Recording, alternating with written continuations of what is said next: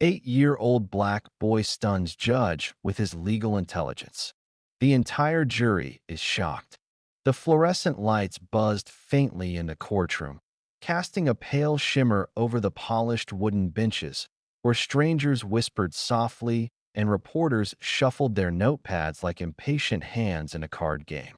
The walls of Courtroom 4D, though lined with somber portraits and marble accents, somehow failed to contain the anticipation radiating from the center, where, standing barely tall enough to see over the table, was 8-year-old Amari Whitaker, flanked on one side by his trembling mother and on the other by a stack of documents he'd read more times than most adults twice his age. He was wearing a dark navy sweater vest, a crisp white shirt buttoned all the way to the top, and black pants slightly long for his short frame. An outfit chosen with great care, not by his mother, but by Amari himself, who said, "If I want them to take me seriously, I need to look like I take it seriously." It was not the first time someone underestimated Amari. And if the morning's tension was any indication, it wouldn't be the last. Judge Teresa Hallberg, a woman in her late 50s with silver-streaked hair pulled into a tight bun and sharp green eyes, adjusted her glasses as she scanned the motion docket. She had presided over dozens of civil cases in her career, from bitter custody battles to high-stakes landlord disputes, but never once had an 8-year-old filed a pro-Southeast statement, let alone delivered it aloud. And yet, there he stood, unshaken, holding a leather folder under one arm, his feet not quite touching the floor from the tall chair, ready to speak on behalf of the most important person in his life, his mother. The case was listed officially as Whitaker v. Benton Heights Elementary School District, though most people in the community simply referred to it as that school lunch case. But to Amari, it was never about just the lunch. It was about dignity, about how they'd treated his mother, Dion Whitaker, a cafeteria worker whose contract had been suddenly terminated after she allegedly violated sanitary protocol by giving a second meal to a hungry child whose card had been declined. That child was Amari's friend, Eli. And the violation wasn't some grave oversight. It was an extra tray of food, 2 spoonfuls of mashed potatoes, 1 small baked chicken leg, and a scoop of corn. For this, the school fired her. Without warning. Without hearing. And when Dion tried to appeal the decision, no lawyer would take her case. Until Amari decided he would. "It's not that I'm trying to be a lawyer forever," he had told his mother one night, seated at the kitchen table, flipping through their lease paperwork and old employee guidelines she'd saved in a shoebox. "I just know what they did was wrong. And if no one else will say it, I will." "Baby, you're 8," she had whispered, brushing his curls with her fingers. "This ain't on you. But you always say we speak up when something isn't fair, even if it's hard." She had no answer to that, only a full heart and damp eyes. Now, in front of a courtroom packed with journalists, school board representatives, and curious onlookers, Amari took a slow breath and stepped forward. "Your Honor," he said clearly, lifting his chin as he opened the folder. "May I speak for my mother today? I have the right under California Civil Code 372 if I'm of sufficient understanding." I read that, and I believe I am. A murmur ran through the room. Judge Hallberg blinked, then tilted her head. "I am aware of the statute," she replied, voice measured. "You believe you're of sufficient understanding?" "Yes, ma'am. I've read the handbook my mom signed when she was hired. I also read the county food service regulations. Section 4.3 specifically says that any distribution of excess food to underserved students is permitted upon administrative discretion. It does not say that discretion is punishable by immediate termination." The judge raised a brow. "And you're telling me you understood all that?" "Yes, ma'am. I even made notes." He passed forward a small document, a few stapled pages filled with his handwriting, diagrams, and a list of dates and actions taken by the school district, including the date his mother was fired and the subsequent appeals process, which they claimed she had missed, though Amari had included a photograph of the appeal letter mailed within the proper window. Hallberg scanned the document. She didn't smile, but her expression changed, softened slightly. Mr. Whitaker, she said slowly, this is remarkably detailed. I just want to ask the court to look at how my mom was treated. She didn't do anything wrong. She gave food to a kid who was hungry. She didn't steal. She didn't break a law. And she didn't get a chance to defend herself. He paused, looked down, then met the judge's eyes again. And if this happened to my mom, it could happen to other lunch workers. Maybe they don't have a lawyer. Maybe they're scared. Maybe they don't speak good English. But they deserve someone to stand up for them too. The room was silent. Even the jury, seated for the broader district negligence suit, was leaning forward, caught in the sincerity of this child who spoke like someone twice his age, with none of the arrogance of rehearsed genius and all the raw, piercing clarity of lived injustice. After a long pause, the judge finally spoke. I will allow the statement into the record. Gasps and murmurs echoed again, though the judge quieted the room with one hand. I will also allow this young man to speak on behalf of his mother during this proceeding, though legal representation is still recommended.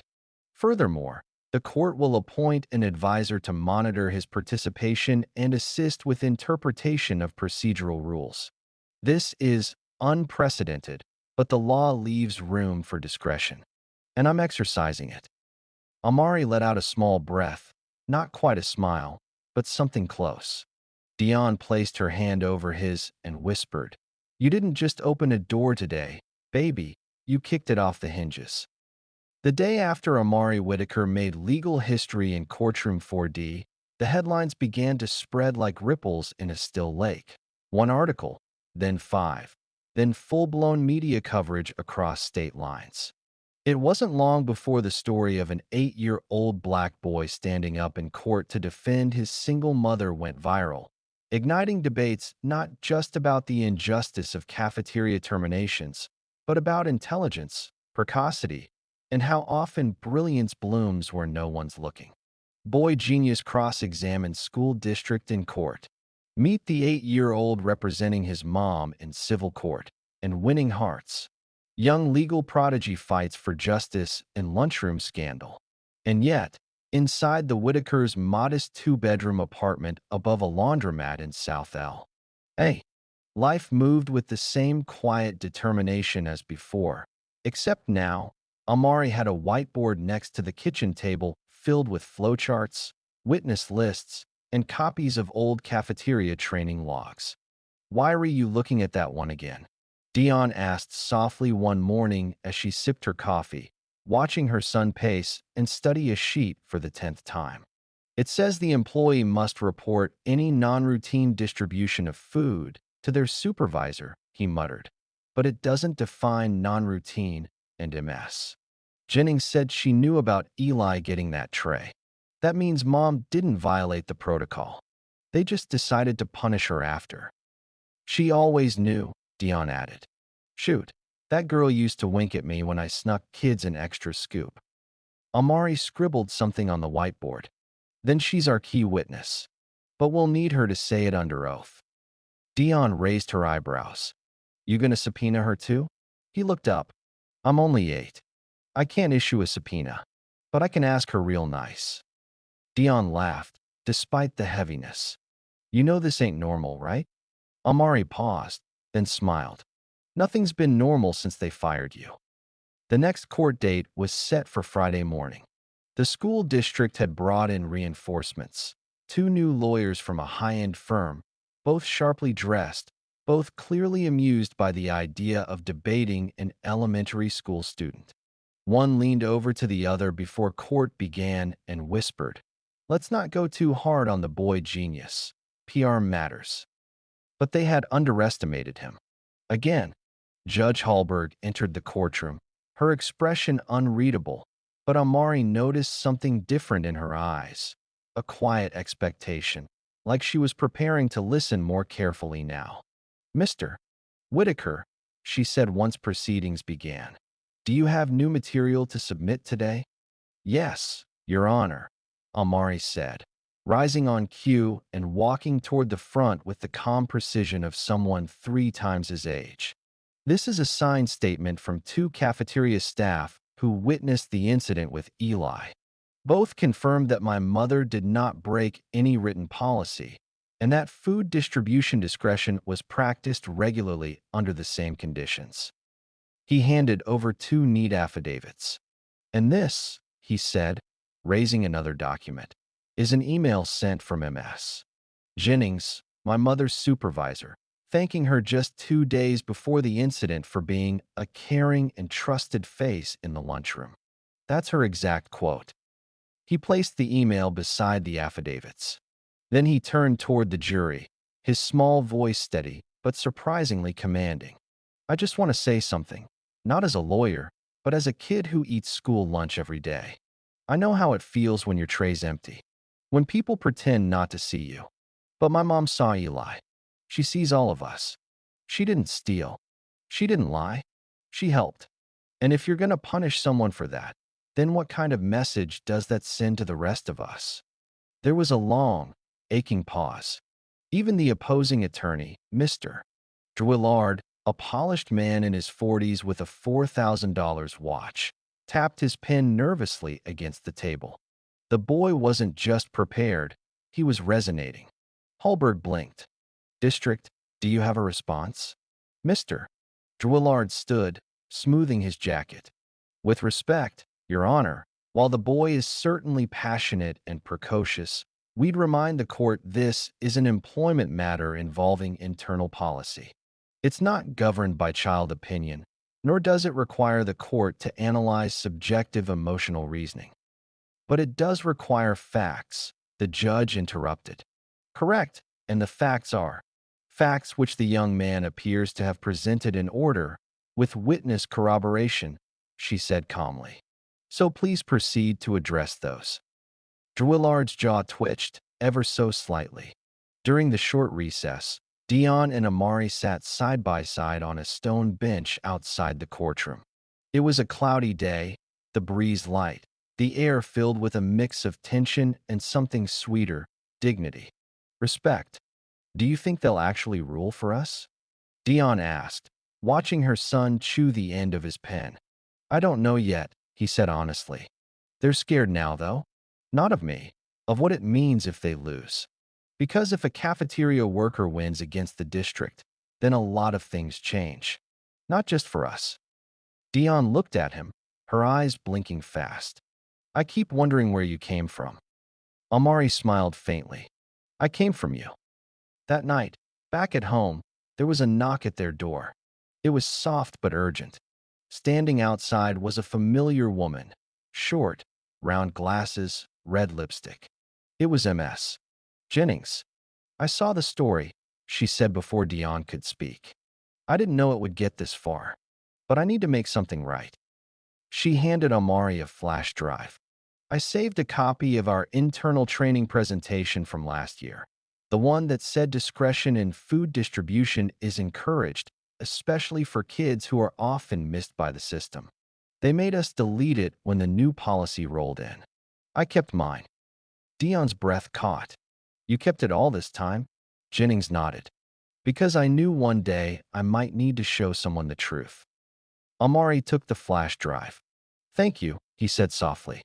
This changes everything.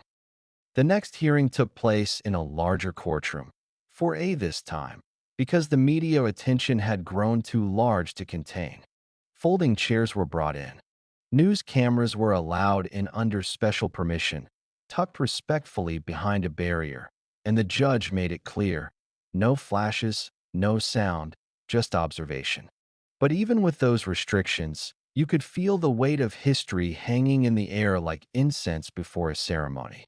And at the center of it all, small-framed but unshaken, was Amari Whitaker, seated once again beside his mother, now wearing a charcoal sweater vest and a navy bow tie that matched the folders lined neatly in front of him.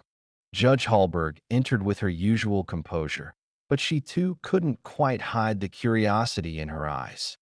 Mr. Whitaker, she said once everyone was seated. I understand you have requested to call a witness today. Amari stood. Yes, Your Honor. I'd like to request that Ms. Francine Jennings, former supervisor of my mother at Benton Heights Elementary, be permitted to testify today. The opposing counsel stood as well. Objection, Your Honor. Ms. Jennings was not on the original witness list, and we were given no formal notice. She came forward voluntarily just this week, Amari explained. I submitted a supplemental notice to the court clerk on Wednesday with a signed affidavit and supporting materials. She has evidence that directly contradicts the district's justification for terminating my mother. The judge turned to her clerk, who nodded after reviewing a printout. I have the submission, Your Honor. Hallberg raised an eyebrow, then glanced at the district's attorneys. She may testify. The crowd leaned in as Ms. Jennings took the stand, adjusting her glasses and glancing over at Amari with a soft, almost maternal smile. Ms. Jennings, Amari began, standing with a small stack of note cards. You were the cafeteria supervisor at Benton Heights Elementary during the time of my mother's employment. Is that correct? Yes, it is. And you were present the day my mother gave an extra tray to a student named Eli Thompson? I was. I saw the whole thing. Did my mother consult with you before giving that food? She didn't need to. I had already told all our staff that if a student came through hungry and their account was empty, they were allowed to use their judgment. And Dion was always responsible. Always. The district's lawyers began scribbling on their pads. Do you recall ever warning my mother that her actions were inappropriate? No, never. Amari handed a printed document to the bailiff. This is an archived cafeteria training presentation from 2021, which the district later removed. Please turn to slide 7, which states, Amari waited as the judge flipped to the page. Staff are encouraged to ensure no student goes without food due to administrative delays or account errors. Human discretion should guide action when in doubt. Judge Hallberg's eyes narrowed slightly. District, is this a legitimate training document? One of the lawyers stood. It appears to be, though we'd argue it was superseded by revised policy. Jennings spoke up from the stand. And no one ever told us what that revision was. They just started firing people without warning. Amari stepped forward slightly. Do you believe my mother was targeted? Jennings hesitated, then nodded. I think she was made an example of. But for what? I couldn't tell you. She was loved by those kids. Maybe that's what scared them. There was a quiet electricity in the courtroom now. Even the jury, once passive, seemed riveted, some jotting down notes, others leaning on their elbows to better hear each word.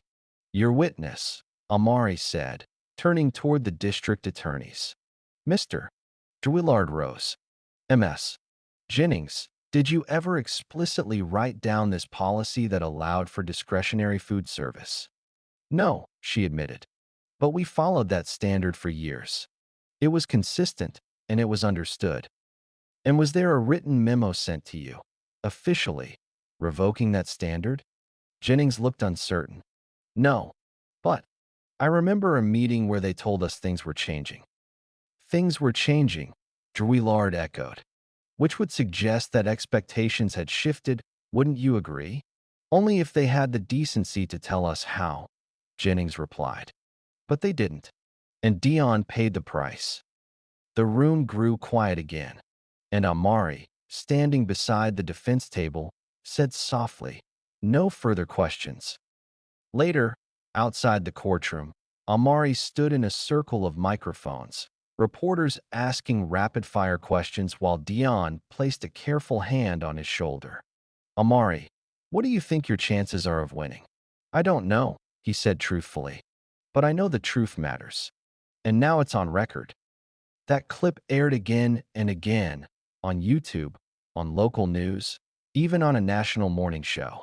People started sending letters. Some sent small donations. Others sent handwritten cards with things like, You're giving our kids hope. I wish I had a son like you. You're showing them what it means to stand tall. That weekend, Amari returned to something normal, chess club at the community center, where he played a timed match with Mr. Felix, a retired attorney who used to coach local high school debaters. You're calm under pressure, Felix said after being checkmated in 6 moves. Ever thought about law school? Amari smiled. Sometimes, but I think I like speaking up more than arguing. You'd be surprised how close those two are. Then he paused. Do you know why this case matters, Amari? Because my mom got treated unfairly? Felix nodded. Yes, but also because you're showing people that knowing your rights isn't about being old or rich or powerful. It's about paying attention, speaking clearly, and caring enough to fight. And as the next hearing approached, something shifted. The district filed a motion to settle, a private agreement to drop the suit, and offer a small financial compensation with no admission of wrongdoing. It would mean avoiding the press, avoiding the jury, avoiding the precedent. Amari read the motion carefully, then handed it to his mother. They want us to walk away quiet, he said. Dion looked at him, tired, hopeful, torn. What do you think we should do? He looked her in the eye. I think we go back in there, and we finish what we started. On the morning of the fourth hearing, the court clerk had to ask security to bring in extra chairs, not just for the press, but for the law students, public defenders, and curious parents who had begun trickling in from nearby districts, all drawn by whispers of the kid lawyer who wouldn't back down. One reporter compared the scene to a courtroom turning into a classroom, where people weren't just watching a trial, they were learning from it. Amari arrived with the same quiet dignity that had become his trademark, this time in a tailored blazer that his chess coach, Mr. Felix, had lent him. His mother wore a clean white blouse and dark slacks, her hair pulled back, her lips pressed tight in that nervous smile that always meant, I'm proud of you, even if I'm afraid. As they took their seats at the defense table, Judge Hallberg glanced up from her bench and gave a single approving nod. Mr. Whitaker, she said once the court was in session, I understand the district intends to call their next witness today? Yes, Your Honor, Amari replied, standing as if he belonged behind a podium. And I'm prepared to cross-examine after. The district's lead counsel, Mr. Willard, stood confidently. This time, he brought in someone they believed would close the door on Amari's entire argument. Mr. Alvin Prescott, the district's director of compliance, a stern man with graying hair, a deep baritone voice, and a reputation for being meticulous, almost robotic, in enforcing policy. Mr. Prescott, Willard began, you are responsible for ensuring all school sites comply with district-level policies, are you not? That is correct. Did Ms. Whitaker violate protocol when she distributed food to a student whose account had been suspended? Yes, she did. Policy clearly states that distribution of meals beyond a single standard issue without administrative clearance is a breach of conduct. Was she warned? No, because the act itself was grounds for immediate termination. And was this policy in writing? Yes, as of August 1st of last year. There it was, the assertion that shut down hundreds of employee appeals across the district. Immediate termination based on the so-called new policy, the district's strongest card. But Amari was ready. When Willard concluded and the judge turned to him, Amari rose calmly and stepped forward. Mr. Prescott, he began, you said the policy was implemented August 1st. That's correct. And do you have proof that employees were notified of this change? There was a memo circulated electronically to all food services staff. Amari nodded and walked to the bailiff, handing her a printout. Is this the email? Prescott adjusted his glasses. Yes, that's the one. Amari turned to the judge. Your Honor, I'd like to enter this email into evidence and draw your attention to the timestamp. Judge Hallberg peered down at the paper, then raised an eyebrow. August 9th.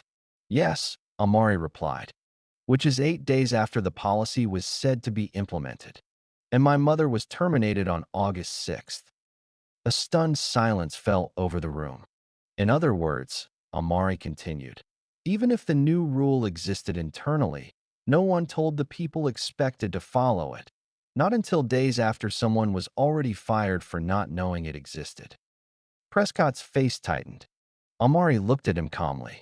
Can you show me evidence of any communication to staff before August 6th? A printed notice? A signed acknowledgement? Prescott hesitated. I know. It was scheduled to be sent in a rollout email. I assumed it had gone out earlier. You assumed, Amari repeated gently. But my mom lost her job over that assumption. In the gallery, a woman covered her mouth. One of the jurors leaned back, scribbling furiously. The judge tapped her fingers once against the bench. Then again. Then stopped. Mr. Prescott, she said, do you understand the gravity of what's just been presented? I do. Dismissed. Prescott stepped down, and the district's legal team began shuffling papers with barely contained panic. Amari walked slowly back to his seat, and Dion squeezed his hand under the table. Neither spoke, but in that moment, she realized something extraordinary. Her son had found a truth no lawyer had been able, or willing, to look for. Outside the courthouse that afternoon, the crowd waiting for Amari and his mother had doubled. Signs now dotted the sidewalks. Dion deserves justice. No kid should have to defend his MOM alone. School district, do better. A local news anchor shoved a microphone forward. Amari, how did you know about the email delay? He blinked. The sent time was at the top of the message. I just read the whole thing. Another reporter. Do you want to be a lawyer when you grow up? He looked over at his mom. I think I just want to help people. If being a lawyer is how I do that, then maybe. Back home that night, the mood was quieter. Dinner was a simple bowl of spaghetti and some frozen vegetables. Nothing had changed financially. Nothing had changed with the rent. But something had changed in the air. I talked to Carla Jennings today, Dion said, twisting her fork in silence. She said the union might want to talk to you. Why me? Amari asked. Because you're proving something they've been trying to prove for years. That these sudden firings? They're bigger than just one cafeteria job. They're a pattern. Amari nodded slowly. I think I want to finish this case first. One thing at a time. He stood, walked to the window, and looked out at the street below, the city humming under the yellow haze of sodium lights. Tomorrow's closing statements, he said. Dion stared at her son. You ready? Amari didn't turn around. I've been ready. The courtroom was silent, not with disinterest, but with the kind of silence that happens when no one wants to miss a breath. Jurors leaned forward. The judge's pen had stopped tapping. Even the opposing lawyers had set their binders aside.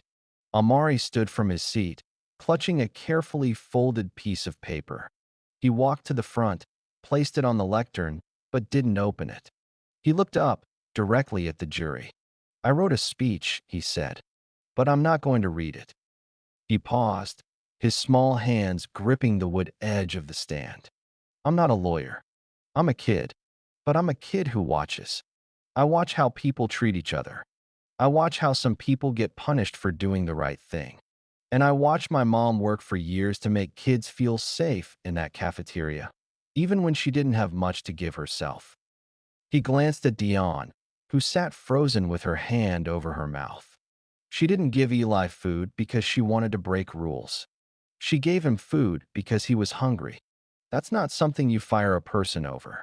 That's something you thank them for. A juror, a middle-aged Latina woman, dabbed her eyes. I want to grow up in a world where people don't get punished for kindness, where moms don't get fired for feeding kids, and where a school doesn't try to scare people into silence. He looked at the judge. I think that's what justice means. Not rules, not power, but knowing what's right and standing up for it, even when you're small. After Amari returned to his seat, the courtroom sat in stillness. Then Judge Hallberg cleared her throat, her voice catching. In my 28 years on this bench, she said softly, I have never seen someone so young argue with such clarity, evidence, and ethical understanding. It is humbling. She turned to the jury. I remind you, your decision must be based solely on the facts, the testimony, and the law. The deliberation took less than 2 hours. The verdict, wrongful termination confirmed. The damages awarded, $85,000 and full reinstatement with public apology. The ruling, the district failed to properly notify the plaintiff of a policy change and exercised disproportionate action against an employee following precedent behavior. The next morning, the story made national news. CNN, NPR, Time. The 8-year-old who taught the courtroom what justice means. But at home, Amari wasn't watching TV. He was sitting with Dion at their kitchen table, eating pancakes. You could have been a judge, you know, she said. I don't think I want to be a judge, he said. Oh, she asked. I think I just want to be someone who doesn't look away.